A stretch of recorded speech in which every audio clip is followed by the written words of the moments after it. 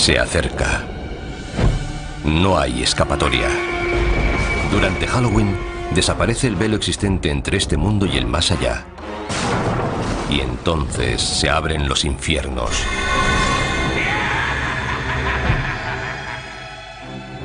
Las personas se asustan entre ellas desde que existe Halloween. Pero ¿cuánto tiempo hace de eso? ¿Cuál es su origen? ¿Y por qué nos disfrazamos y hacemos lámparas con calabazas? ¿Para satisfacer nuestros miedos más profundos? Revelar los secretos de Halloween significa descubrir cómo empezó hace miles de años.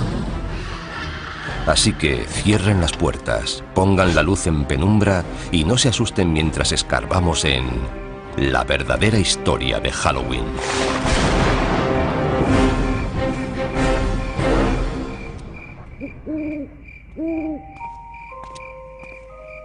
¿Cómo se puede describir Halloween sin que parezca que estás loco? Niños disfrazados van de puerta en puerta y nos amenazan. Nosotros, como respuesta, les damos golosinas. ¿Pero por qué? ¿Por qué tallamos caras en frutos y encendemos dentro velas? ¿Y por qué adornamos nuestras casas con ataúdes y tumbas?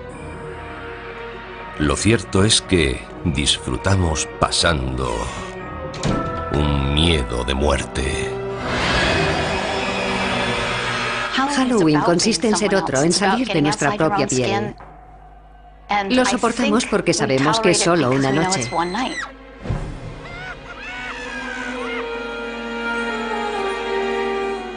Este impulso de enfrentarnos a nuestros miedos sobre la vida y la muerte y hacer una diversión de ellos viene de antiguo, al igual que las entrañables tradiciones de Halloween.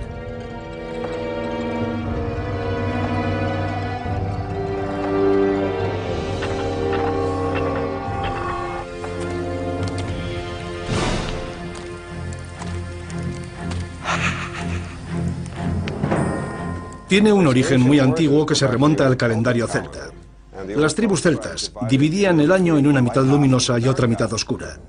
El Samhain, su antigua celebración, fue la precursora de nuestro Halloween. Representa el inicio de la mitad oscura. Hace miles de años, los celtas, una de las primeras tribus de Europa, celebraban con hogueras el Samhain, festival de la cosecha, la noche del 31 de octubre, para dar la bienvenida a su nuevo año. Para los pueblos antiguos, la cosecha marcaba la diferencia entre la vida y la muerte. Si se perdían los cultivos, la gente moría de hambre. La muerte siempre estaba cerca. La época de la cosecha podía ser bastante tenebrosa. Los días se hacían más cortos, las noches más largas. Surgen dudas sobre si habrá comida suficiente para todo el invierno. Supongo que es el origen de esta especie de pesadilla. Era como una especie de aviso. Llega el frío y la oscuridad. Juntaos, quedaos en casa y no mandéis a nadie solo en la oscuridad. Pero para los celtas había algo más en Samhain. El Samhain marcaba el paso de la luz a la oscuridad. Era un momento en el que el espacio se volvía permeable, flexible. Por eso no solo el espíritu de los muertos, sino también los de otras realidades podían vagar por nuestra realidad. Y los humanos también podían vagar e incluso perderse en el otro mundo. El velo entre la vida y la muerte era muy fino. Los vivos y los muertos se podían mezclar. Esa es la raíz de las celebraciones de Halloween. Perduran historias de gente que durante el Samhain se perdió en el otro mundo y de muertos que aparecieron entre los vivos. Pero lo cierto es que sabemos muy poco sobre Samhain. Solo podemos suponer que las hogueras dieron lugar a una figura muy familiar en Halloween. Algo familiar, pero que asusta a muchos. El murciélago. Antes de que existiera la electricidad, la única forma de ver a un murciélago era con el fuego. Y es bastante común verlos alrededor del fuego, porque los murciélagos comen insectos, y los insectos se sienten atraídos por la luz. Los murciélagos salen por la noche, y la noche era un tiempo que daba miedo. Si para alguien los murciélagos son lo mejor y lo peor de Halloween, se lo puede agradecer a pueblos antiguos como los celtas. Y no eran la única cultura antigua con costumbres aterradoras. Otros incluso visitaban a sus muertos. Muchas culturas dedican un día o un par de días a celebrar y reconocer la muerte. Un dato interesante es que gran parte de ellas, sobre todo las sociedades agrícolas, lo hacen en la misma época del año, porque en primavera las cosas surgen de la tierra, están muy verdes. Hacia mitad de verano se recoge la cosecha, y en otoño, cuando se acerca el invierno, las cosas mueren.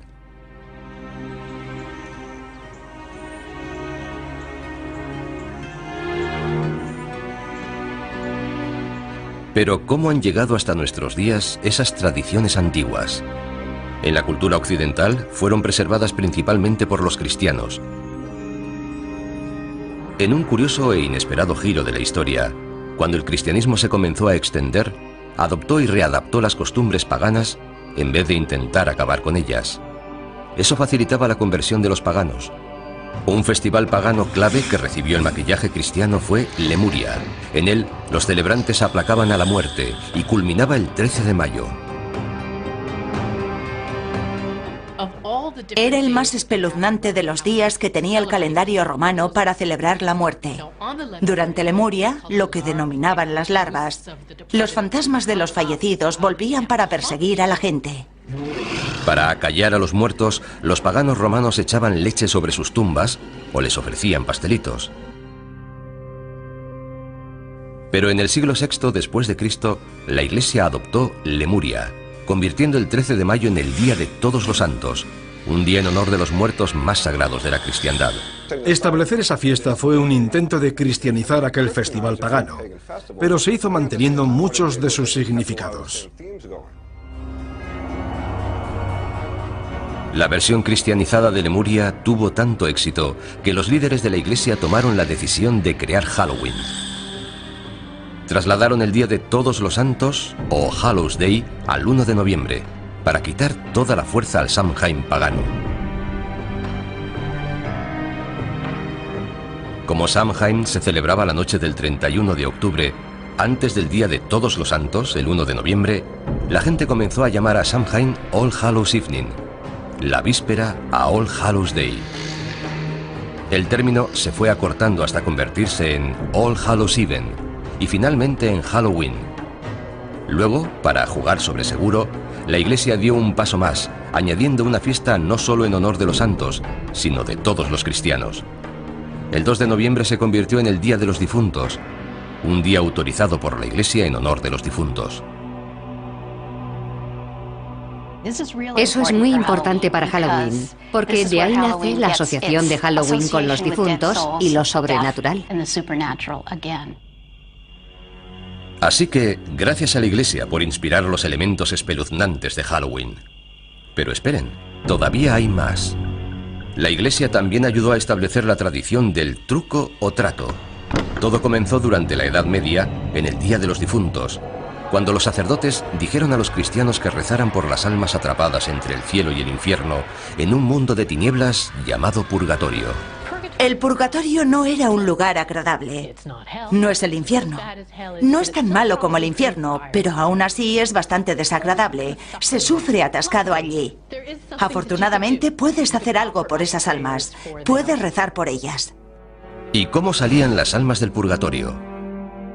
Según la Iglesia, si se ofrecían oraciones suficientes por ella, un alma podía volar hasta el cielo.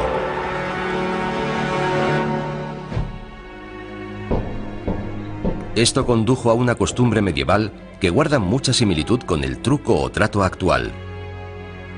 Los niños recorrían las casas pidiendo pastelillos de almas, unos bollos especiados rellenos de pasas. A cambio de esas delicias, los mendigos ofrecían oraciones por las almas atrapadas en el purgatorio.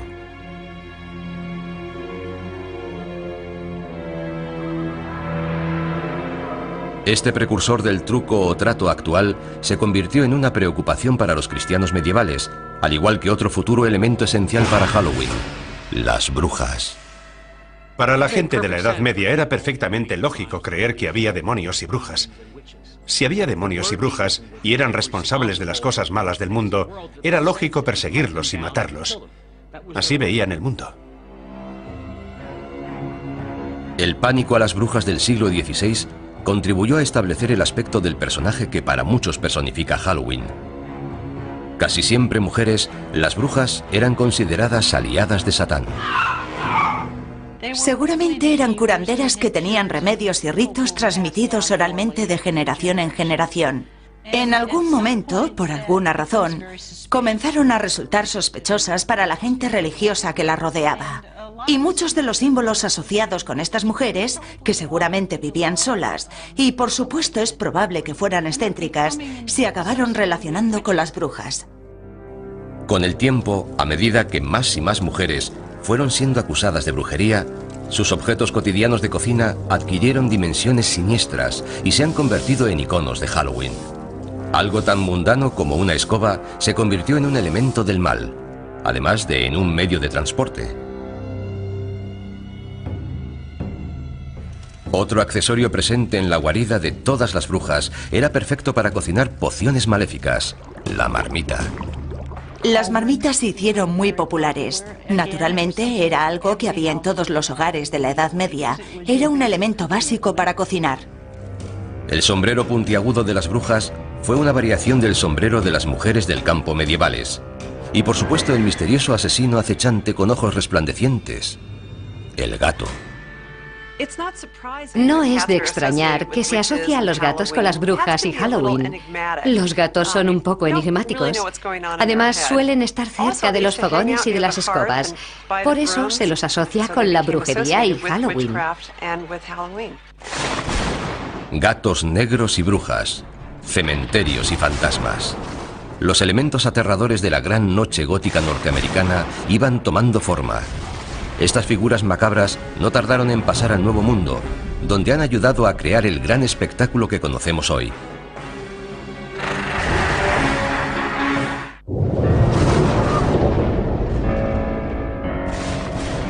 Hogueras, adoración a los muertos, mendigar pastelillos.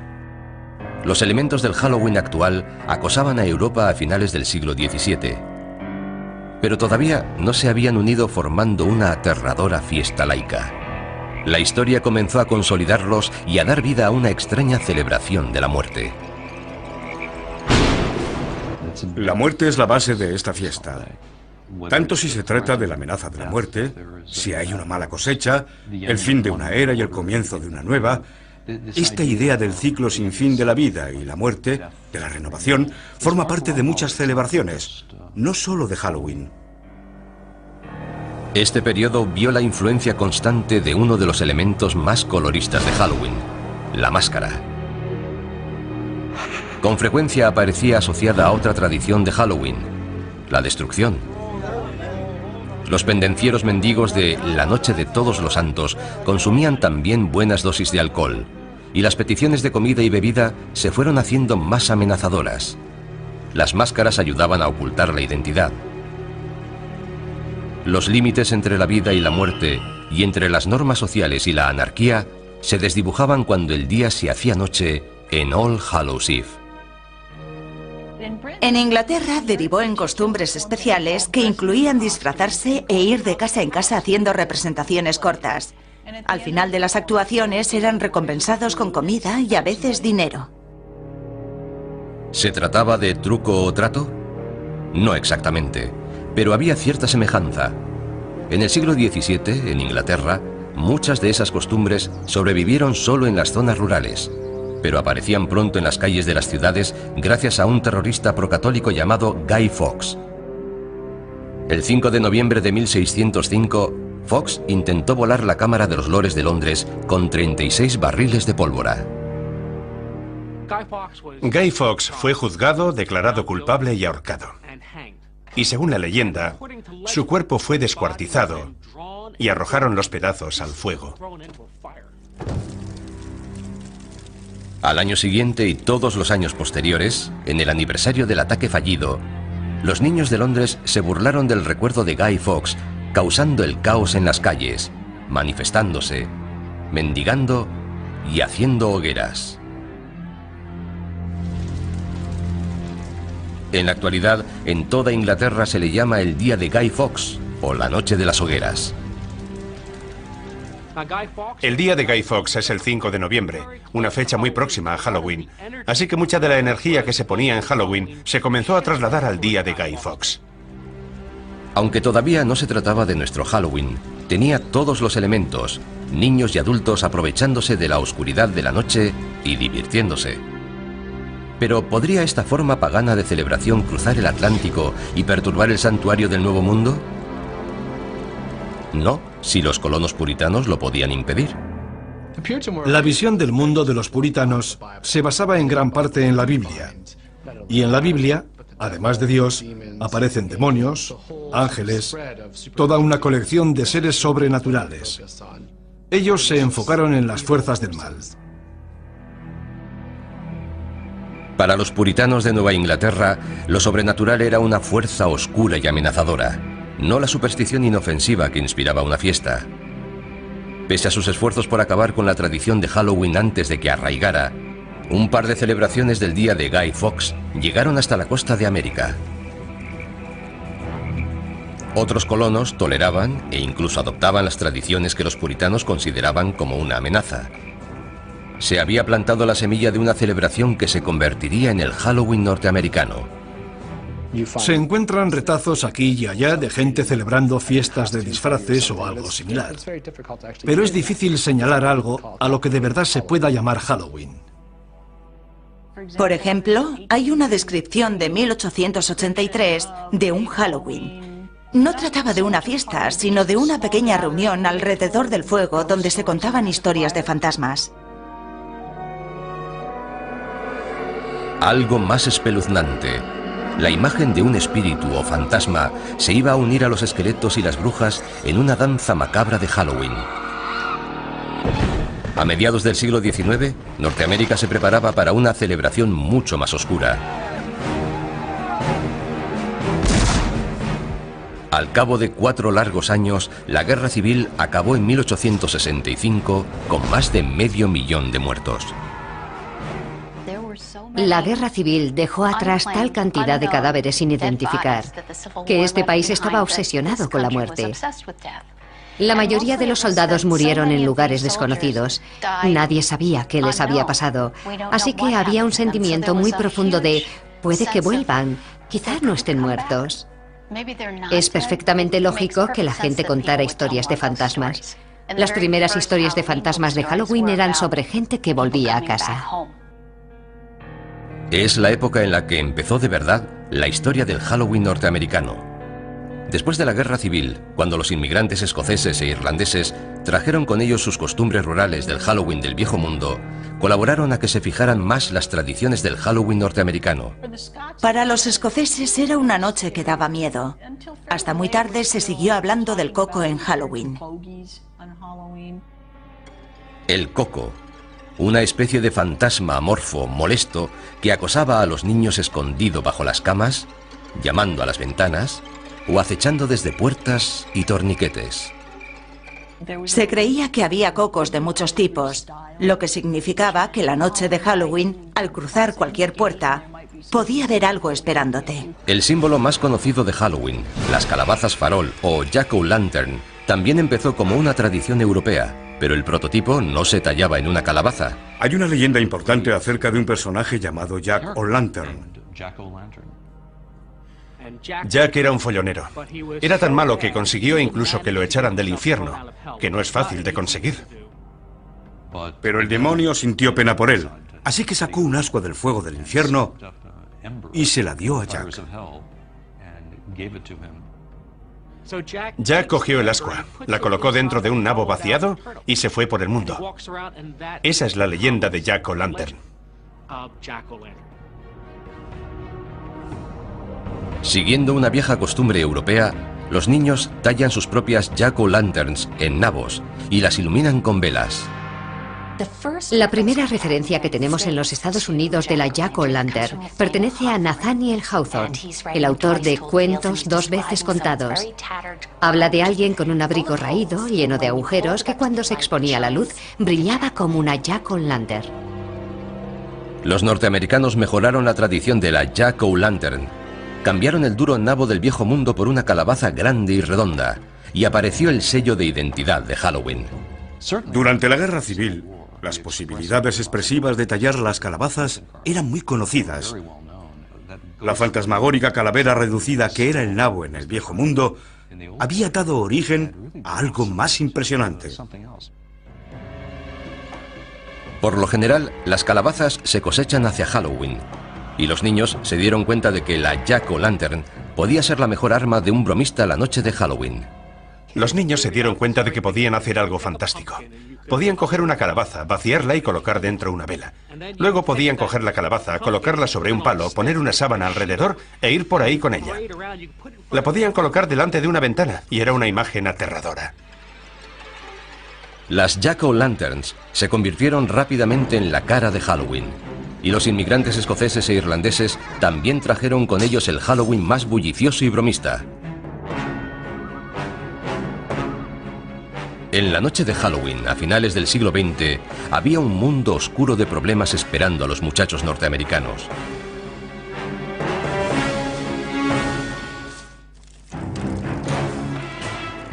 Halloween había hecho un viaje oscuro y espeluznante desde su origen con los celtas siglos atrás.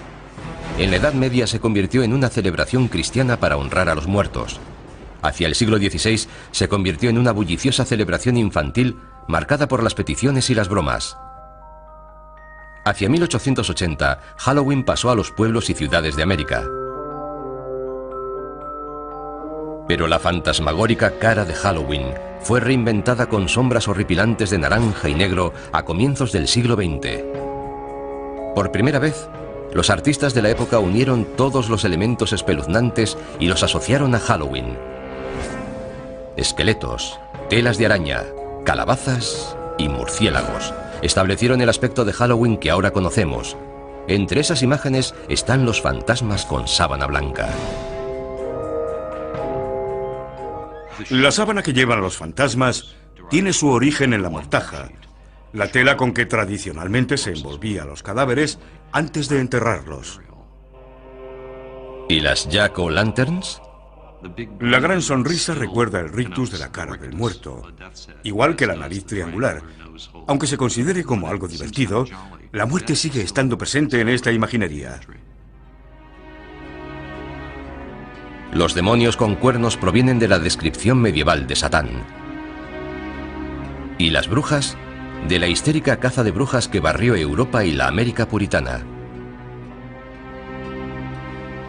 Las brujas se hicieron muy populares en la primera mitad del siglo XX, por eso se relacionaron de forma natural con Halloween.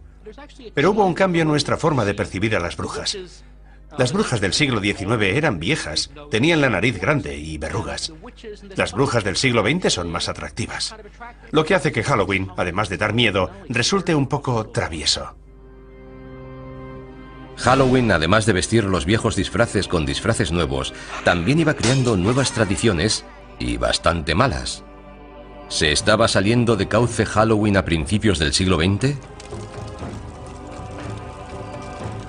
Para desgracia de las autoridades y propietarios, la respuesta era sí. Se hacía cualquier tipo de travesuras imaginables. En aquella época la gente tenía carros. Los chicos mayores intentaban colocar el carro en la punta del almiar. Entre media docena de chicos empujaban para colocar el carro encima del almiar. Era muy divertido. No hacíamos nada realmente destructivo. Simples bromas. Pero otros realizaban bromas más destructivas. Las gamberradas, cometidas generalmente por adolescentes, acosaban ciudades como Chicago o Filadelfia. En la década de 1920, Halloween entró en crisis en Norteamérica. Las bromas de Halloween se habían ido de las manos. Las bromas destructivas iban más allá de aplastar calabazas. Los chicos colocaban pastillas de jabón en los carriles de los tranvías para que descarrilaran, y la gente resultaba herida. Quitaban los peldaños de la entrada de las casas, de modo que cuando la gente salía se caía y se hacía daño. Provocaban incendios, tiraban piedras contra las ventanas. Cosas realmente destructivas. En las comunidades rurales, los bromistas desmontaban carromatos y los volvían a ensamblar en los tejados. Quitaban las puertas de los cercados de las granjas para que los animales pudieran escapar. Esta broma era tan popular en algunos sitios que la noche anterior a Halloween se llamaba Noche de la Puerta. En otras ciudades se llamaba Noche Traviesa e incluso Noche Infernal. Las bromas de Halloween durante la Gran Depresión puede que fueran, en parte, producto de la desesperación de la época, una excusa para crear problemas. Pero ya había problemas suficientes por todas partes. Algunas comunidades no tenían dinero para alimentos y mucho menos para reparar los efectos de la destrucción.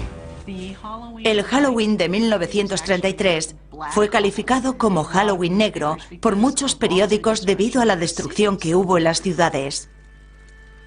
Los chicos ya no hacían tonterías inocentes.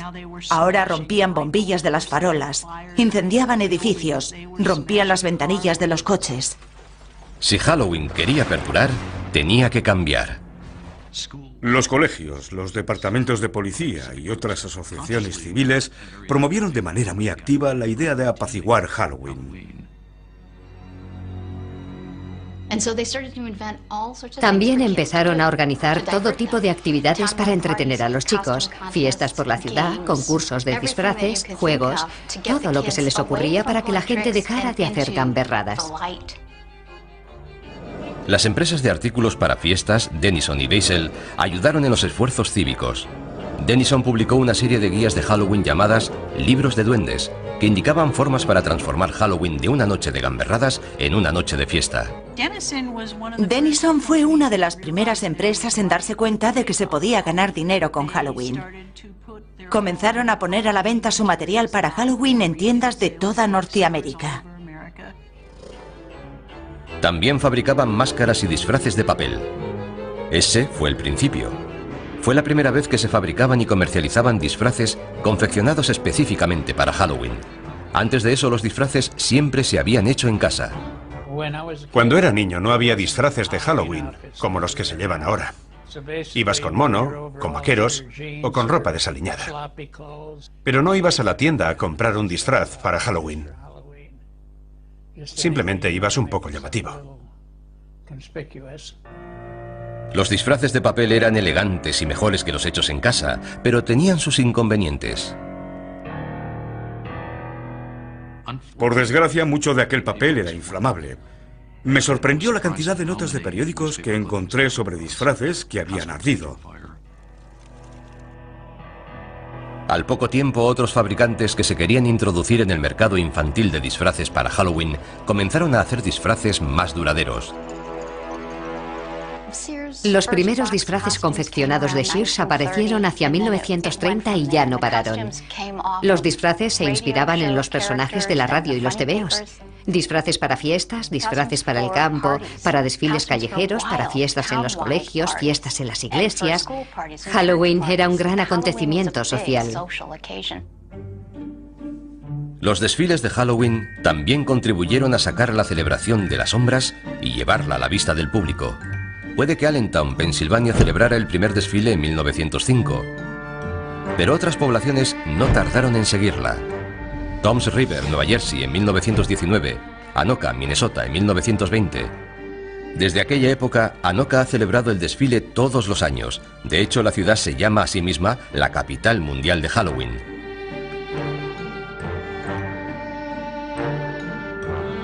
Todos estos esfuerzos por calmar Halloween funcionaron hasta cierto punto.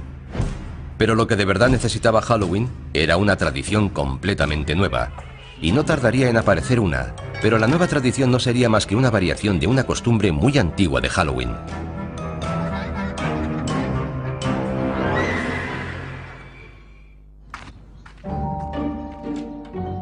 Hola. Truco o trato. La frase que derrama cataratas de caramelos en calabazas de plástico y fundas de almohada por toda Norteamérica la noche del 31 de octubre. Y aunque sea una costumbre con varios siglos de antigüedad, la frase truco o trato tiene seguramente menos de 100 años.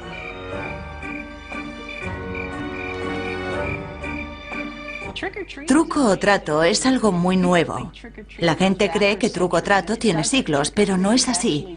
La frase seguramente tiene unos 80 años de antigüedad. La expresión proviene de una broma muy extendida y destructiva que se realizaba en Norteamérica en el siglo XX. En algún momento alguien tuvo la brillante idea de comprar a los gamberros. Los dueños de las casas sobornaban a los niños alborotadores con delicias hechas en casa, treats, como palomitas de maíz y manzanas de caramelo, para evitar las gamberradas, tricks. En 1939, la costumbre y la frase apareció escrita en la prensa. Doris Hudson Moss publicó un artículo en la revista American Home hablando del éxito que había tenido en Halloween abriendo la casa a los chavales del vecindario. Les dio golosinas y no sufrió gamberradas. Funcionó. Con la nueva costumbre llegaron nuevas delicias, no tan caseras como las bolas dulces de palomitas. Los niños empezaron a recibir golosinas compradas en las tiendas, como barritas Mars, Ritz Cups y chocolate Hershey. Las golosinas acabaron finalmente con el Halloween alborotador, y había llegado el momento de reinventar Halloween para conquistar Hollywood.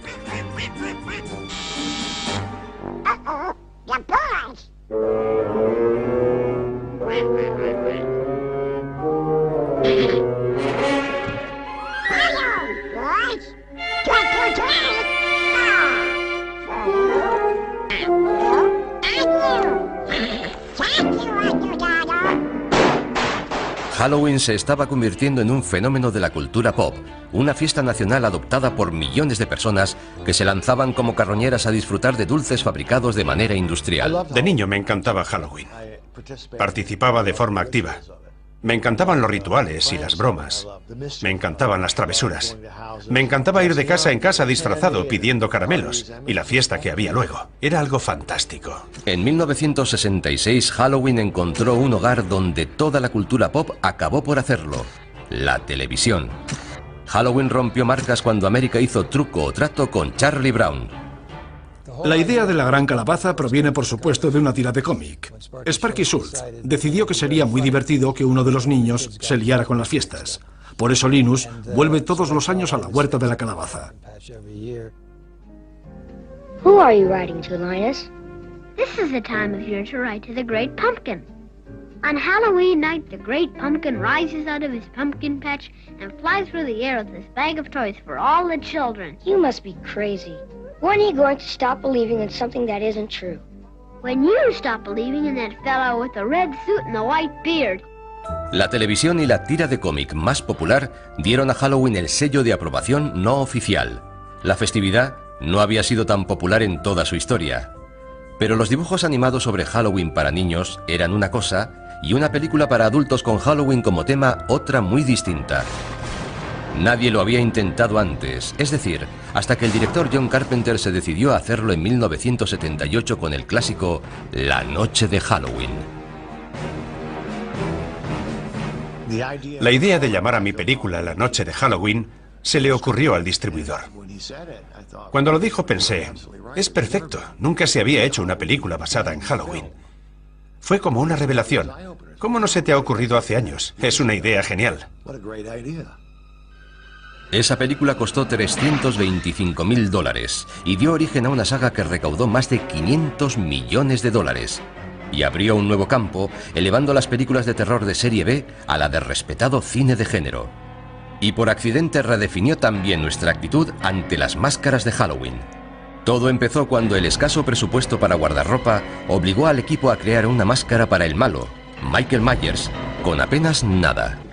El director de producción fue a la tienda de artículos de magia Bert Wheeler, en Hollywood Boulevard, y compró una máscara de Capitán Kirk, de Star Trek, que no se parecía nada a William Shatner. Me quedé mirando aquella cara extraña y alargada. La pintamos con spray y la retocamos un poco. Estaba distorsionada, lo que resultaba perfecto. En el guión ponía que llevaba máscara.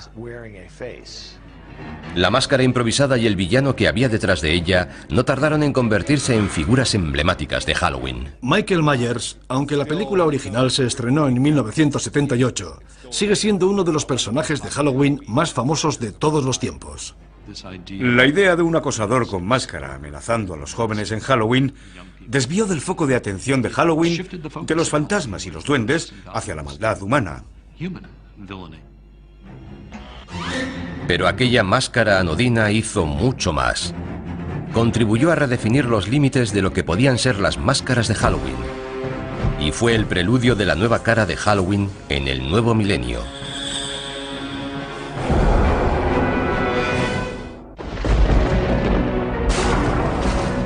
Durante cientos de años, las máscaras y las vestimentas han sido la forma de disfrazarse de los asistentes a las fiestas.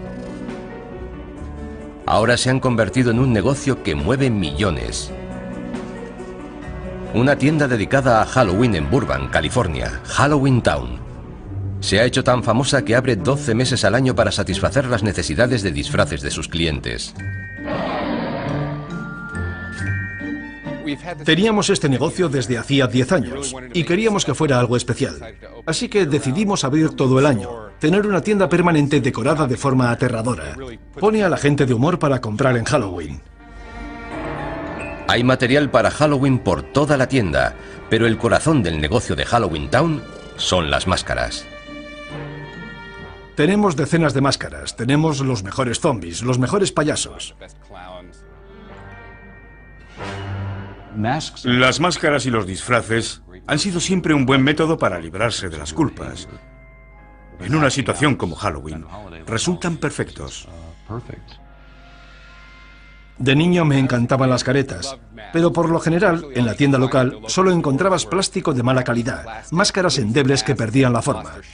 A medida que ha ido pasando el tiempo, ha evolucionado en una forma de arte y se dedica mucho tiempo a modelarlas y pintarlas. Se ha llegado al punto en que puedes conseguir una máscara cara de calidad que rivaliza con las de las películas. Y Wayne Todd entiende de esto. Es artista de efectos especiales en grandes películas. Tenemos muchos clientes que quieren máscaras caras, de calidad, y nos esforzamos en satisfacerlos. Tenemos disfraces de gama alta, chaquetas elegantes y todo tipo de accesorios que no puedes encontrar en otra parte. Intentamos que sea lo que busques, lo puedas encontrar aquí. Las máscaras y los disfraces exclusivos de la actualidad están a años luz de los demonios, brujas, esqueletos y fantasmas de la década de 1960. Pero esa fue la década en la que empezó a cambiar el guardarropa de Halloween. Hollywood comenzó a influir en lo que los niños llevaban para convertirse en sus personajes favoritos de la televisión o el cine. En la actualidad, la tendencia se ha convertido en obsesión. Series de películas como Pesadilla en Elm Street, Scream y La Noche de Halloween han inspirado a legiones de niños a vestirse para matar. Llevar la máscara del asesino, del fantasma o del esqueleto te da una sensación de seguridad y también de poder.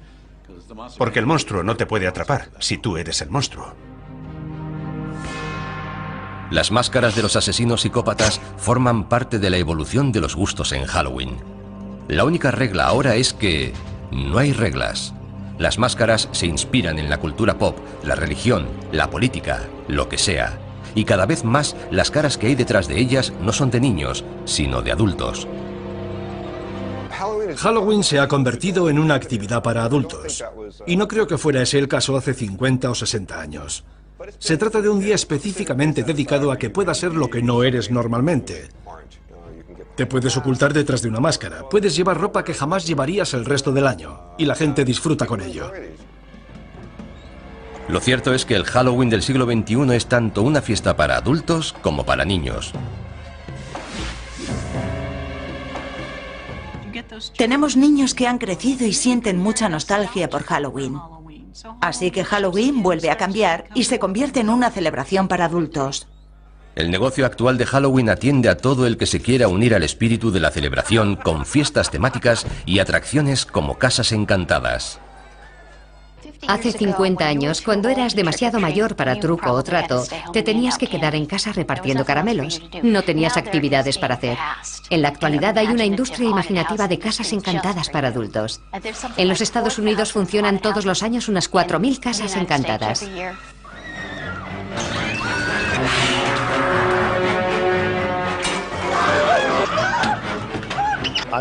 Adoro las casas encantadas, me fascinan. De niño, en cambio, me aterrorizaban. Pero las casas encantadas no son el único lugar en el que se puede encontrar adultos en Halloween. En lugares como el desfile de Halloween de Greenwich Village de Nueva York o el carnaval de Halloween de West Hollywood, la fiesta se introduce en el lado salvaje y pícaro. Por supuesto, el desfile gay de Halloween es un gran acontecimiento en San Francisco, en Los Ángeles y, por supuesto, una parte importante de la celebración de Nueva York. Pero la idea fundamental es poner el mundo patas arriba y ser quien no eres, o ser quien te gustaría ser. Se trata otra vez de la voluble obsesión norteamericana de la autotransformación. Creo que eso es lo que de verdad da vida a Halloween en Norteamérica. Este Halloween sexualmente liberado a veces cruza la línea a adultos y solo para adultos. Si observas los disfraces que se venden en la actualidad para adultos, los disfraces para mujeres parecen disfraces de prostituta. La enfermera sexy, la criada sexy, la sexy lo que sea. Ahora, los adultos están yendo un paso más allá. Se aprovisionan de golosinas hechas especialmente para Halloween y acompañan a sus hijos de puerta en puerta la noche de Halloween. Los que se dedicaban al truco o trato en los 70 y los 80 aprovechan la oportunidad de revivir el Halloween de su infancia y se disfrazan por completo, supuestamente para vigilar a sus hijos. Halloween ha asustado a los niños durante años y ahora asusta también a los padres. Les da miedo mandar a sus hijos sin supervisión a un mundo hostil lleno de caramelos envenenados y manzanas con cuchillas de afeitar. Pero no deberían tener miedo. He crecido oyendo hablar de manzanas con cuchillas de afeitar. Está claro que se trata de una leyenda contemporánea, de una leyenda urbana. Existe una gran preocupación social al decir a los niños que acepten caramelos de desconocidos. Así que han surgido muchas historias sobre cuchillas en manzanas de caramelo, etc. Todos los años los padres se preocupan mucho por ello. ¿Han existido alguna vez manzanas de caramelo con cuchillas? Creo que en un par de ocasiones. Pero por supuesto habría que preguntar qué fue primero, la historia o el suceso. Cuchillas en manzanas, calabazas, pasteles de almas. Entre ellos han conformado la leyenda, la sensación de Halloween que percibimos. El Halloween actual tiene muchas máscaras. Es un día para que los adultos exploren un poco más sus fronteras. Muchas mujeres quieren tener un lado sexy y solo lo manifiestan en Halloween. Quizá deberían hacerlo con más frecuencia. Pero Halloween sigue estando dominado por los niños. Cuando eres niño, tienes una noche al año en la que mandas. Te tienes que disfrazar, tienes que ser algo que no eres normalmente, e incluso te pagan por el placer de hacerlo. Es una fiesta asombrosa. A Halloween no le gusta que le amansen su energía. Su aspecto rebelde surge siempre por algún lado.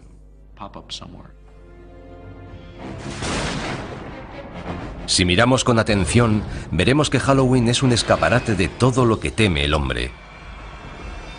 A lo largo de los siglos hemos aprendido a convivir con lo que más nos asusta. Y ahora, el 31 de octubre, convertimos nuestros miedos en diversión. Así que cuidado con las casas encantadas y las puertas chirriantes, las sábanas hinchadas y la luna llena. Y no te sorprendas si una calabaza sonriente te desea ¡Feliz Halloween!